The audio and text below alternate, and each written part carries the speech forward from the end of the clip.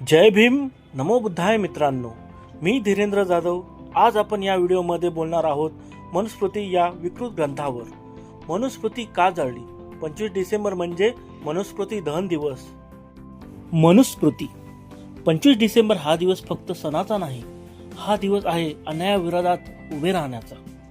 1927 साली डॉक्टर बाबासाहेब आंबेडकरांनी महाड येथे मनुस्मृतीचे दहन केले, कारण मनुस्मृतीने दलित, स्त्रिया आणि शूद्रांना माणूस म्हणून जगण्याचा अधिकारच नाकारला होता.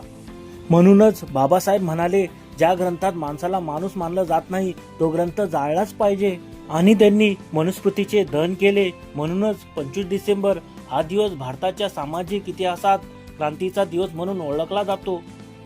मनुस्मृती हा ग्रंथ जाती व्यवस्था, अस्पृश्यता आणि स्त्री दमनाला समर्थन देणारा होता. दलितांना शिक्षण नाही, स्त्रियांना स्वातंत्र्य नाही, हे सगळं मनुस्मृतीने सांगितलं.